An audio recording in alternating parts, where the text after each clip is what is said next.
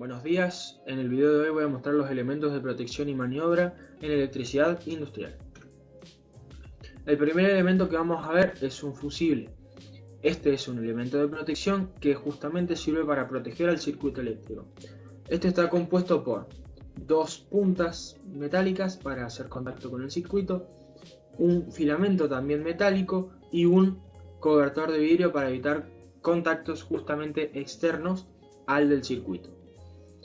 El funcionamiento del fusible se basa en que el filamento metálico tiene una capacidad de electrones que lo pueden atravesar. Es decir, que cuando hay una sobrecarga o un exceso de electrones en el circuito, este filamento se derretirá o se cortará, cortando así el paso de la electricidad en el circuito y evitando la rotura de algún elemento más importante o de mayor valor, como podría ser un motor o un generador. El siguiente elemento es un interruptor o más conocido como llave. Este es un elemento de maniobra que nos sirve para cerrar o abrir un circuito y dar paso a la corriente eléctrica de manera mecánica. Este tiene dos contactos metálicos que actúan sobre un balancín. Maneja cargas medias o pequeñas, es decir, una lámpara o puede ser también un agujereador o una licuadora, etc. El próximo elemento es el pulsador. Este es un elemento de maniobra, el cual da una señal eléctrica que va a activar o encender un circuito. Cuenta con dos contactos, los cuales tienen un conductor cada uno, que puede estar hecho de cobre o aluminio. Estos pulsadores pueden tener dos denominaciones, o normalmente abierto o normalmente cerrado. La característica del normalmente abierto, como el sentido común de la palabra nos indica, es que en su estado de reposo o sin accionarlo va a estar normal y al accionarlo va a cerrar el circuito. A diferencia del normalmente cerrado, que en su estado de reposo va a estar cerrando el circuito y al pulsarlo lo va a abrir. Estos pulsadores sirven para manejar grandes cargas. El elemento que sigue es el conmutador. Este es un elemento de maniobra que sirve para cambiar el camino de la corriente. Al dar un pulso eléctrico, este cambia el camino de la misma como si fuera una llave combinada.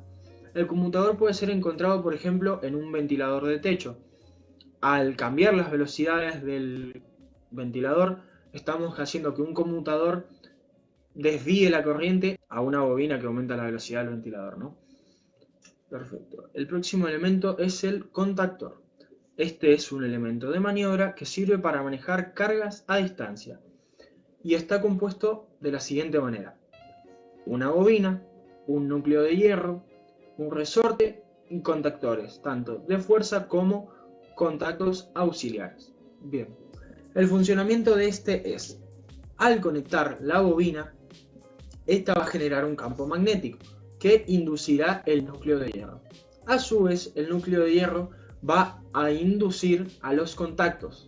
Estos contactos van a vencer la fuerza del resorte que hace que estén abiertos, cerrándose así.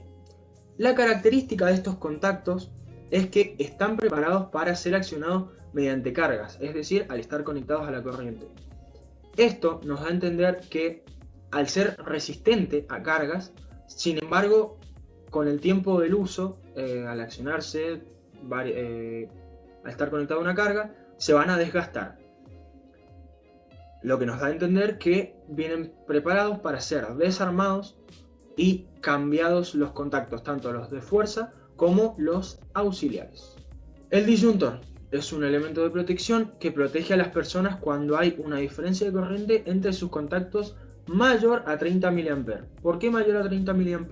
Porque es la carga máxima que puede aguantar el cuerpo humano. ¿Cómo funciona este? Cuando hay una fuga, se modifican los campos magnéticos de las bobinas internas del disyuntor, provocando que una disminuya y que otra crezca. Esta que crece alcanza una tercera bobina que acciona un disparador. Este disparador separará los contactos, cortando inmediatamente la corriente del circuito eléctrico, salvando a la persona. Y por último, el relé térmico. Este es un elemento de protección el cual protege a elementos eléctricos o cargas. ¿Qué es una carga en electricidad industrial?